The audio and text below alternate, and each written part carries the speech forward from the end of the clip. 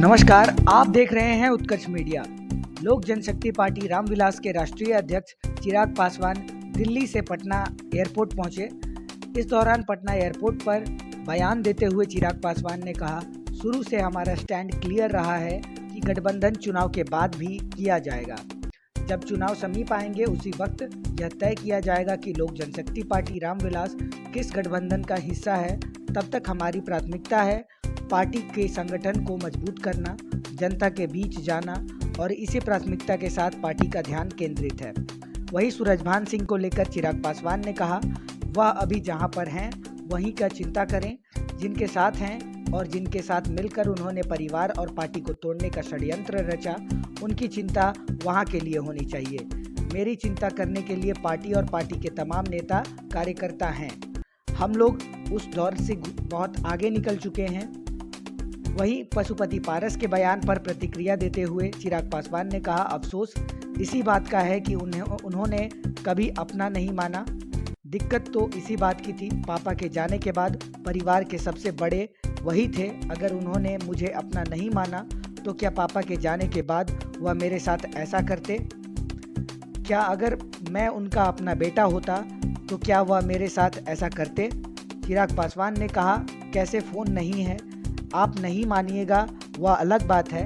आप मेरे पिता के भाई हैं, इसको कोई नहीं झुठला सकता। वहीं नीतीश कुमार के दिल्ली दौरे को लेकर चिराग पासवान ने कहा, करें, अच्छा बात है, ये प्रयास कई बार पहले कर चुके हैं। चिराग पासवान ने कहा, विपक्ष एकजुट हो जाए यह असंभव है। वैसे भी विपक्ष एकता बहुत बड़ा भ्रम है। किसी विषय पर विपक्ष एकजुट हो जाए, ऐसा नहीं हुआ। 2014 और 2019 में भी एकजुट करने का प्रयास किया और अब 2024 में एकजुट करने का प्रयास कर रहे हैं। यह होगा नहीं। बस अब यहाँ से आगे मत बढ़िएगा।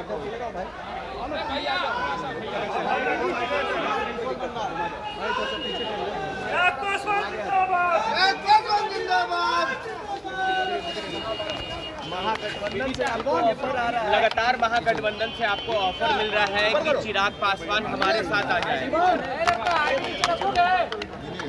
भाई इस बात में शुरू से हमारा स्टैंड क्लियर रहा है कि गठबंधन चुनाव के वक्त ही तय किया जाएगा।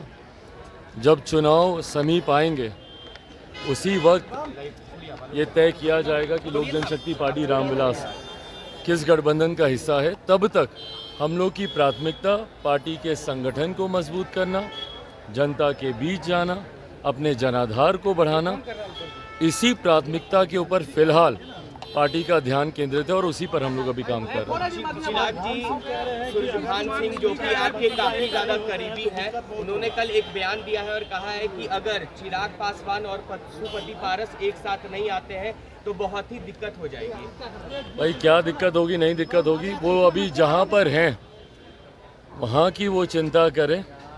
जिनके साथ वो हैं, जिनके साथ मिलकर उन्होंने परिवार पार्टी को तोड़ने का षड्यंत्र रचा, उनकी चिंता वहाँ के लिए होनी चाहिए।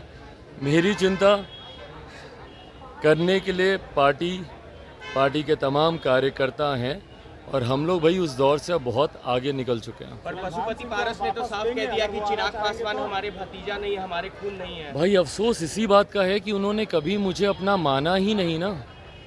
दिक्कत तो इसी बात की थी। पापा के जाने के बाद परिवार के सबसे बड़े वही थे। ईमानदारी से मुझे बताइए, अगर उन्होंने मुझे अपना माना होता, अगर उन्होंने मुझे अपना बेटा माना होता, भतीजा माना होता, तो क्या पापा के जाने के बाद वो मेरे साथ ऐसा करते? अगर मैं उनका अपना बेटा होता तो क्या वो ऐसा करते? भाई अगर कहीं पे कोई कठिनाई थी, बैठते ना, समझाते, बात करते। पर इस तरीके से, जिस तरीके से पार्टी को तोड़ा गया, परिवार को तोड़ा गया, दुख तो इसी बात का है कि उन्होंने कभी मुझे अपना माना ही नहीं।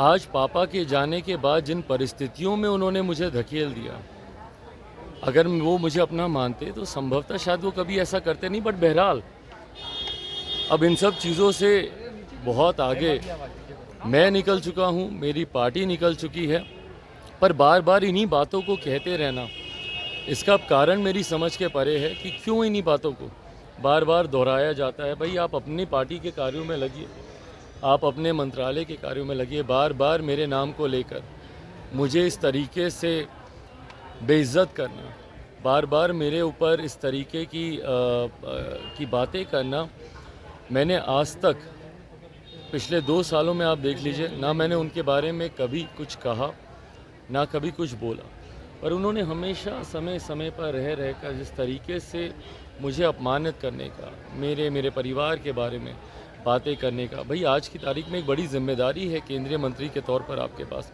उन जिम्मेदारियों को आप निभाइए। एक सांसद के तौर पर आपके पास एक बड़ी जिम्मेदारी है, एक पार्टी के अध्यक्ष के तौर पर आपके पास एक बड़ी जिम्मेदारी है, पर बार बार मेरे बारे में बातें करना, मेरे परिवार के बारे में बोलना और ये कहना कि भाई हम खून नहीं है। कैसे खून नहीं है भाई? आप नहीं मानिए अलग बात है, आप नहीं मानिए अलग बात है, पर एक परिवार का हिस्सा होने के बाद ये कहना कि वो मेरा खून नहीं है, हमारे खून में फ़र्क है। भाई आप मेरे पिता के भाई हैं ना, उसको तो कोई नहीं झुटला सकता। आप मुझे अपना भतीजा माने नहीं माने, पर आप मेरे पिता आदरणीय रामविलास पासवान जी के भाई हैं और इस तरीके से कहना कि वो मेरा खून नहीं है, मैं उसे अपना भतीजा नहीं मानता, गलत है। पर ठीक है, उनकी नीतीश सोच कुमार है। एक बार फिर से दिल्ली गए हैं और विपक्ष के तमाम बड़े नेताओं से मुलाकात भी करेंगे। करें, अच्छी बात है, अच्छी बात है। ये प्रयास वो कई बार पहले कर चुके हैं। देखिए इस बात को स्पष्ट मैं पहले भी कर चुका हूँ मुख्यमंत्री नीतीश कुमार जी से, विपक्ष एकजुट हो जाए ये असंभव है। वैसे भी विपक्षी एकता अपने में एक बहुत बड़ा भ्रम है भाई। आज की तारीख में किसी विषय पर पूरा विपक्ष एकजुट हो जाए यह हुआ नहीं है। 2014 में भी इन लोगों ने करने का प्रयास किया, 19 में भी करने का प्रयास किया, पुनः ये 24 में भी करने का ये प्रयास कर रहे हैं, ये होगा नहीं। और ऐसे में मुख्यमंत्री नीतीश कुमार जी से तो ये असंभव है भैया। हम बार बार कह चुके हैं कि कई ऐसे वरिष्ठ बड़े नेता हैं विपक्ष में जिनकी पार्टी बड़ी है, जिनका दल बड़ा है, ऐसे में कोई 40 विधायक वाले को अपना नेता माने, ये होगा नहीं। और दूसरा, किस मॉडल के साथ वो जा रहे हैं? बिहार में आज की तारीख में जो परिस्थिति है, जलते हुए बिहार को छोड़कर अपने प्रधानमंत्री बनने के ख्वाब को वो पूरा करने गए।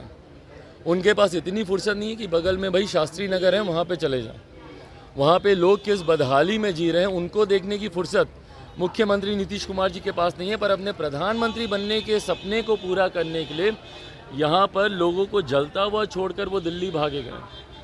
तो ये प्राथमिकता इनकी दर्शाती है, ये दर्शाता है कि मुख्यमंत्री नीतीश कुमार जी के सामने उनकी व्यक्तिगत महत्वाकांक्षाओं के अलावा बिहार या बिहारियों की उम्मीद पर खड़ा उतरना कोई मायने नहीं रखता। खबरों के साथ जुड़े रहने के लिए बने रहिए उत्कर्ष मीडिया के साथ।